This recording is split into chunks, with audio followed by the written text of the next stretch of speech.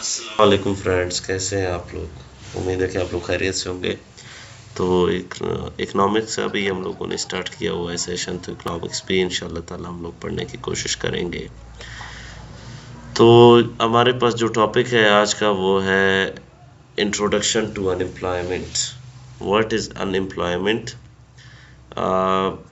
इसके बारे में पढ़ेंगे, इंट्रोडक्शन वगैरह सब कुछ। तो सबसे पहले अनएम्प्लॉयमेंट को डिफाइन करते हैं कि अनएम्प्लॉयमेंट है क्या। अनएम्प्लॉयमेंट, जिसको हम जॉबलेसनेस भी कहते हैं, ये उस वक्त अकर होता है जब लोग जो होते हैं किसी भी मुल्क में, किसी भी सोसाइटी में, वो जॉब वगैरह काम वगैरह ढूंढ तो रहे होते हैं लेकिन उनको मिल नहीं रहा होता। मसला ये बन जाता है। तो इसको जो क्या कहते हैं, इसको कहते हैं अनएम्प्लॉयमेंट। तो इसमें हम लोग टाइप्स ऑफ अनएम्प्लॉयमेंट भी पढ़ेंगे इंशाल्लाह ताला, और उसके अलावा किस तरह से अनएम्प्लॉयमेंट को कैलकुलेट किया जाता है ये भी पढ़ेंगे। ये सब कुछ इंशाल्लाह ताला हम लोग पढ़ेंगे।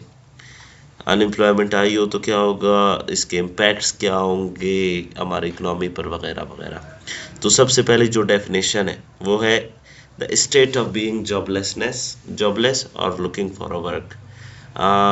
जॉबलेस हो जाना और कंटिन्यूअसली तौर पर वर्क के लिए देखना, ये अनएम्प्लॉयमेंट में शुमार होता है। यानी हमारे नौजवान वगैरह होते हैं, उनको जॉब की ज़रूरत होती है लेकिन जॉब उनको मिल नहीं रहा होता, तो वो अनएम्प्लॉयड कहलाते हैं।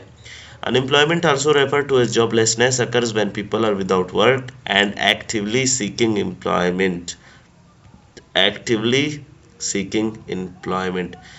During periods of recession, an economy usually experiences high unemployment rates. There are many proposed causes, consequences, and solutions of unemployment. ये अभी ये कह रहा है कि रिसेशन के जो पीरियड्स होते हैं वहाँ पर जो अनएम्प्लॉयमेंट होता है वो यूजुअली तौर पर हाई होता है। हर चीज़ बंद होता है तो इस वजह से ज़्यादा जो है एम्प्लॉयमेंट नहीं मिल रहा होता लोगों को। अभी नेक्स्ट पढ़ते हैं types of unemployment. What are the types of unemployment. अभी अनएम्प्लॉयमेंट की भी टाइप्स होती है ना। तो पहला है classical, classical type of unemployment. Classical occurs when real wages for jobs are set above the market clearing level. It causes the number of the job seekers to be higher than the number of vacancies. यानी ये कह रहा है कि जो vacancies होती है, vacancy अगर एक है तो उस नंबर ऑफ जॉब सीकर्स है वो बहुत ही ज़्यादा होंगे। क्लासिकल एम्प्लॉयमेंट में सिंपली तौर पर ये होता है। और यहाँ पर क्लासिकल का सिंपली जो मतलब होता है वो होता है competition. Classical means competition. When vacancies are less and people are more, यानी वैकेंसीज कम है लेकिन पीपल ज़्यादा है, तो यहाँ पर क्लासिकल एम्प्लॉयमेंट अकर होता है। जॉब सीकर्स जो होते हैं वो ज़्यादा होते हैं, वैकेंसीज होती है कम, और जो रियल वेजेस होती हैं वो इसमें बहुत ही ज़्यादा हाई होती हैं। Number 2, cyclical. दूसरा टाइप ऑफ अनएम्प्लॉयमेंट है cyclical. It occurs when there is not enough aggregate demand in the economy for provide jobs for everyone who wants to work. अभी इकनॉमी की इतनी इस्ताहत नहीं होती, इकनॉमी इतना ज़्यादा डेवलप्ड नहीं होता, मैशत इतनी ज़्यादा डेवलप्ड नहीं होती कि वो हर किसी को जॉब दे सके। ठीक है, तो इस वजह से साइक्लिकल जो होता है वो अकर होता है अनएम्प्लॉयमेंट। इसमें जो डिमांड होता है गुड्स एंड सर्विसेज का वो डिक्रीज़ होता है। अब डिमांड डिक्रीज़ हो गया, ठीक है, तो प्रोडक्शन भी कम होगा। प्रोडक्शन अभी कम कर दिया तो वर्कर्स भी कम ज़रूरत होंगे, यही बात है ना। अगर डिमांड ज़्यादा होगा तो प्रोडक्शन भी ज़्यादा होगी और वर्कर्स भी ज़्यादा होंगे। लेकिन साइक्लिकल अनएम्प्लॉयमेंट में क्या होता है, डिमांड कम होने की वजह से अनएम्प्लॉयमेंट होता है। लोग चीज़ों को ख़रीद नहीं रहे होते, जिस वजह से कंपनीज जो होती हैं वो चीज़ें कम बनानी शुरू करती हैं। और जब वो चीज़ें कम बनानी शुरू करने लग जाती हैं तो वहाँ पर क्या हो जाता है फिर कि लेबर्स जो होते हैं वो कम ज़रूरत होते हैं, जिसकी वजह से अनएम्प्लॉयमेंट बढ़ जाता है, लेबर्स को जॉब नहीं मिल रहा होता। इसके बाद है स्ट्रक्चरल अनएम्प्लॉयमेंट। स्ट्रक्चरल अनएम्प्लॉयमेंट ये होता है जिसमें जो लेबर मार्केट होता है उस किसी को जॉब नहीं दे सकता। It occurs when labor market is not able to provide jobs for everyone who wants to work। ठीक है, तो किस तरह से एक दूसरों को वो जॉब नहीं दे सकता?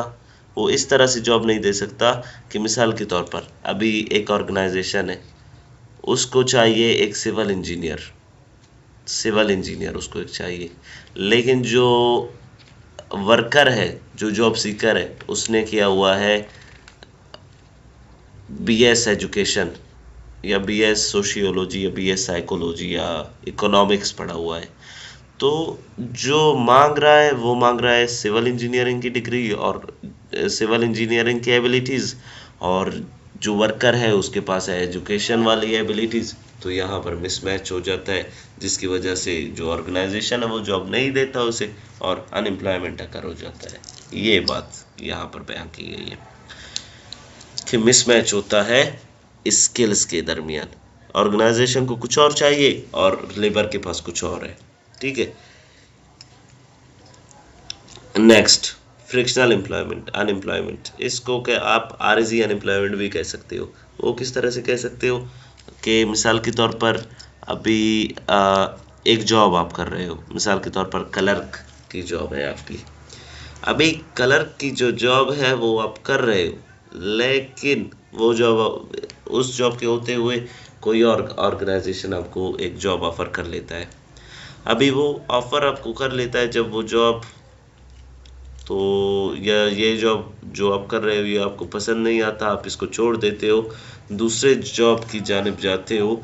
तो एक जॉब को छोड़ने में और दूसरे जॉब को ज्वाइन करने में इस दरमियान में जो अरसा लगता है या इस दरमियान में जो आप अनएम्प्लॉयड होती हो, इसको कहते हैं fractional unemployment.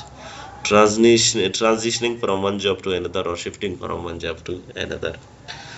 Hidden unemployment, the unemployment of potential workers that is not taken into account in official employment statistics because of how data is collected। अभी हिडन अनएम्प्लॉयमेंट वो अनएम्प्लॉयमेंट होता है, अभी इसमें कुछ फॉल्ट्स वगैरह भी हो सकती हैं कि डेटा को किस तरह से कलेक्ट किया गया है वगैरह वगैरह।